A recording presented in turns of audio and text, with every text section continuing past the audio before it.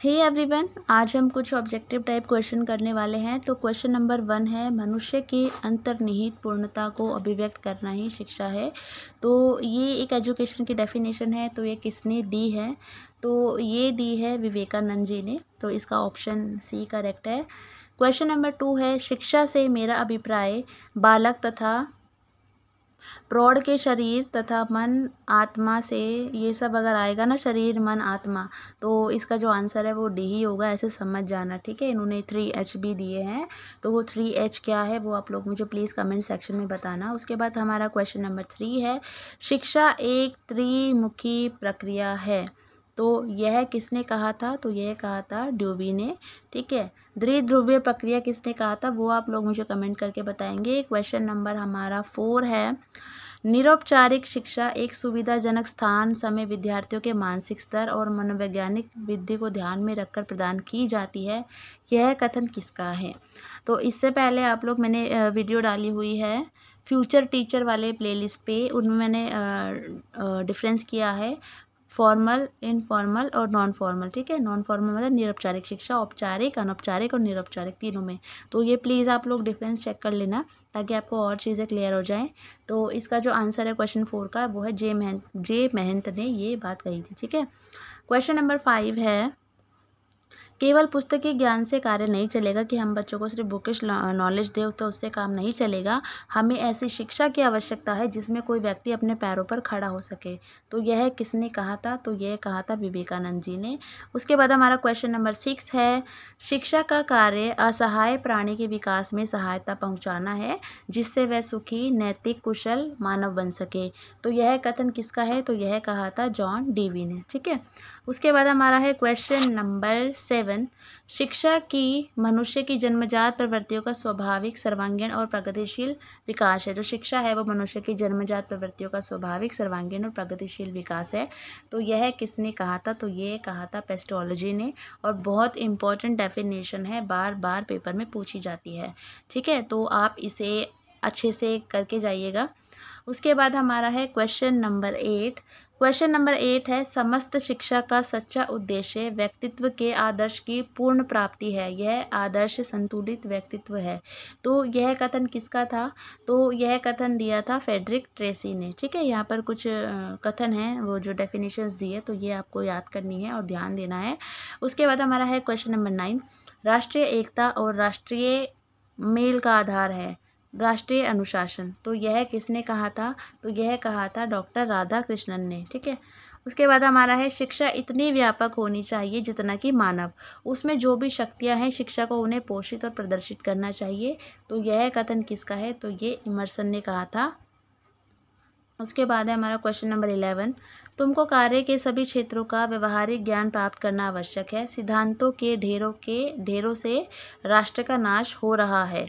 तो यह कथन किसका है? तो यह कथन है स्वामी विवेकानंद जी का, ठीक है। उसके बाद हमारा क्वेश्चन नंबर 12 है, बीचर ने कहा कि सभी सफल कार्यों का आधार, तो बीचर ने क्या कहा है कि सभी सफल कार्यों का आधार क्या है? तो नैतिकता।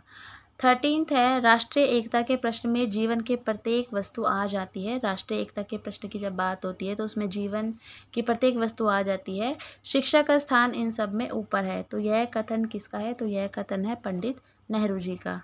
क्वेश्चन नंबर 14 है, शिक्षा क्या करती है? संस्कृति का संरक्षण, संस्कृति का हस्तांतरण, संस्कृति का विकास। तो ये तीनों ही कार्य करती है, तो इसका ऑप्शन हो जाएगा डी।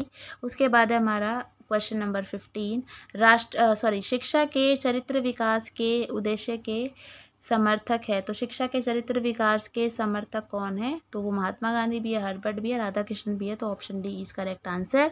क्वेश्चन नंबर 16 है हमारा, ज्ञानार्जन का अर्थ है। तो ज्ञानार्जन का अर्थ क्या है? सिर्फ हम ज्ञान अर्ज कर रहे हैं, तो शारीरिक परीक्षण तो होगा नहीं, संवेगात्मक भी नहीं होगा, सामाजिक भी नहीं होगा, तो बौद्धिक परीक्षण इसका करेक्ट आंसर है, जो हमारा माइंड से रिलेटेड है। क्वेश्चन नंबर हमारा 17 है, शिक्षा के व्यक्तिगत उद्देश्य का क्या अर्थ है?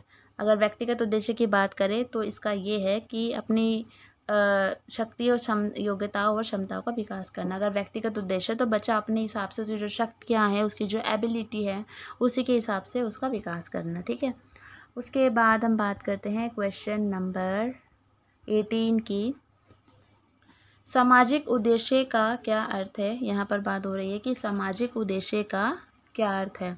तो सामाजिक उद्देश्य सामाजिकता और नागरिकता की भावना का विकास करना, सामाजिक समारोह में भाग लेने में रुचि पैदा करना नहीं, सामाजिक लेख लिखने की योग्यता।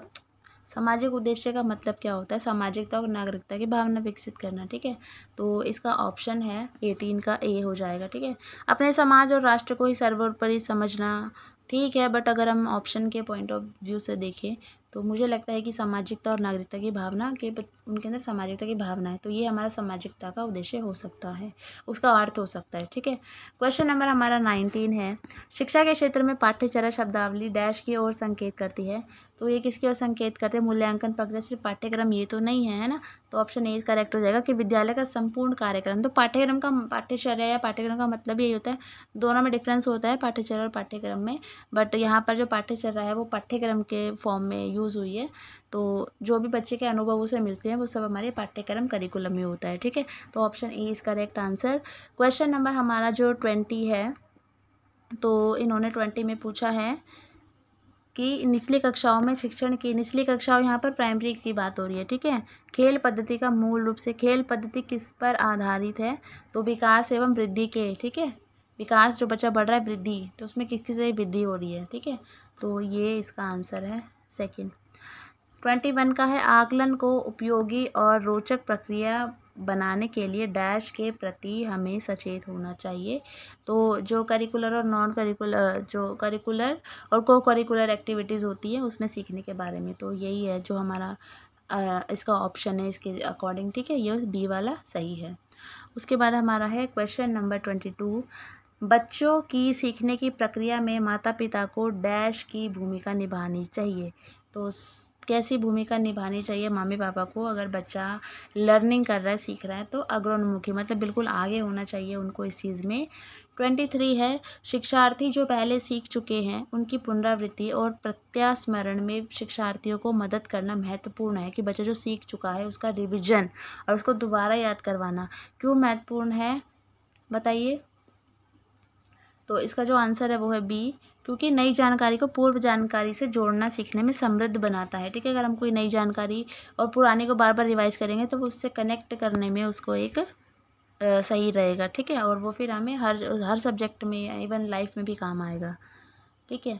उसके बाद हमारा है क्वेश्चन नंबर 24, सीखने का वह सिद्धांत जो पूर्ण रूप से और केवल अवलोकनीय व्यवहार पर आधारित है, सिर्फ हमें ऑब्जर्वेशन के ऑब्जर्विंग जो बिहेवियर है उस पर आधारित है, तो वो संबंध किससे, जो सिद्धांत है वो किससे संबंधित है, तो उसका जो आंसर है वो है सी, व्यवहारवादी से, ठीक है। उसके बाद है क्वेश्चन नंबर 25, विद्यार्थियों के सीखने में जो रिक्तियाँ रह जाती है उनके निदान के बाद क्या होना चाहिए, तो निदान के बाद हमेशा क्या होता है, उपचार होता है, ठीक है। तो इसका जो आंसर है वो है ए। उसके बाद हम क्वेश्चन नंबर 26 की बात करें, निम्नलिखित में से किस कथन को सीखने के लक्षण के रूप में नहीं माना जा सकता। यहाँ पे नहीं की बात हो रही है, तो सीखने की प्रक्रिया है जो व्यवहार में मध्यस्थता करती है, तो ये सही है। और सेकंड वाला भी सही है, जो हमारे एक्सपीरियंस में घटित होती है। तीसरा है वो इसका ऑप्शन करेक्ट है कि व्यवहार का अध्ययन सीखना है, कि हम सिर्फ अगर बिहेवियर का अध्ययन कर रहे हैं तो इट डजंट मीन कि हम सीख रहे हैं, तो ये इसका जो लक्षण नहीं है सीखने का, ठीक है। और अनधिगम यानी कि जब हम कुछ नहीं सीख रहे हैं तो हम अपने कुछ प्रीवियस एक्सपीरियंस से भी सीखते हैं ना, तो अनधिगम भी एक सीखने का हिस्सा है। तो option C is correct answer. Question number 27 है, शिक्षार्थियों का आत्मनियमन डैश की ओर संकेत करता है। तो आत्मनियमन किसकी ओर संकेत करता है, अपने सीखने का स्वयं पर्यवेक्षण करने की उनकी योग्यता, कि हम जो भी कुछ सीख रहे हैं, बच्चे जो भी कुछ सीख रहे हैं उसको वो खुद ऑब्जर्व कर पा रहा है, उसको एनालिस कर पा रहा है, निरीक्षण कर पा रहा है, ये उसके अंदर एबिलिटी है, तो उसको हम क्या कहेंगे, आत्मनियमन, ठीक है। क्वेश्चन नंबर 28 है, छोटे शिक्षार्थियों में निम्नलिखित में से कौन सा लक्षण पठन कठिनाई का नहीं है, कि पढ़ने में कठिनाई का लक्षण नहीं है। वर्ण और शब्दों की पहचान में कठिनाई, ये तो होगा। पठन गति और प्रभाव में कठिनाई, तो पठन कठिनाई ये देखते हैं अभी। शब्दों और विचारों को समझने में कठिनाई, सुसंगत वर्तनी में कठिनाई, तो इसका जो ऑप्शन है वो है 28 का बी, यहाँ पर इन्होंने बोला है, एक बार समझिए आप लोग, कि जो छोटे बच्चे होते हैं कौन सा लक्षण पठन कठिनाई का नहीं है, कि पढ़ने में उनको कठिनाई आ रही है। तो देखो, अगर बच्चा वर्ण शब्द की पहचान नहीं कर पा रहा तो वो कठिनाई आ रही है, शब्द और विचारों को नहीं समझ पा रहा तो भी कठिनाई आ रही है, सुसंगत मतलब उसको स्पेलिंग भी ठीक से नहीं बोल पा रहा तो कठिनाई। पठन गति, क्योंकि छोटा बच्चा है वो गति उसकी धीमी रहती है, प्रभाव कम होता है, जैसे हम पूरा सुर लय ताल के साथ, वो चीज़ उसके अंदर नहीं होती है। तो ऑप्शन बी करेक्ट आंसर होगा। ठीक है, उसके बाद है 29, क्रिस्टीना अपनी कक्षा को क्षेत्र भ्रमण पर ले जाना चाहती है। ठीक है, वो एक लोकल टूर पर लेकर जाना चाहती है और वापस आने पर अपने विद्यार्थियों के साथ जो भी वो भ्रमण कर आई है उस पर चर्चा करती है। तो यह सीखने की किस ओर संकेत करता है, तो सीखने का आकलन। ठीक है, कि मतलब जो बच्चे ने जो भी सीख कर आए हैं उसका वो आकलन कर रही है। ठीक है, उसका असेसमेंट कर रही है। तो इसका हो जाएगा कि असेसमेंट ऑफ लर्निंग।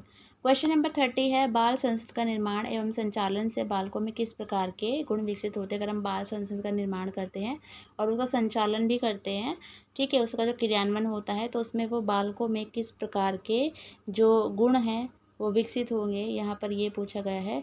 तो जो 30 क्वेश्चन है इसका आंसर हो जाएगा हमारा डी, शिक्षार्थियों को लोकतांत्रिक मूल्यों का प्रशिक्षण प्राप्त हो जाएगा।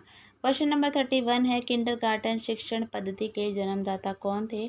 तो इसका आंसर है डी, ये मैंने करवाया भी था पिछली वीडियो में। क्वेश्चन नंबर 32 है, बाल विकास क्या है। ठीक है, जो चाइल्ड डेवलपमेंट है वो एक निरंतर चलने वाली प्रक्रिया है। विकास, ग्रोथ एक टाइम के लिए रुक जाती है, बट जो हमारा डेवलपमेंट है, जो विकास है, वो हमेशा क्या होता है, हमेशा वो चलता रहता है। ठीक है, क्वेश्चन नंबर 33 है हमारा, बाल मनोविज्ञान के स्थान पर प्रयुक्त होने वाला शब्द है। तो बाल मनोविज्ञान के स्थान पर हम लोग क्या यूज़ करते हैं, बाल विकास।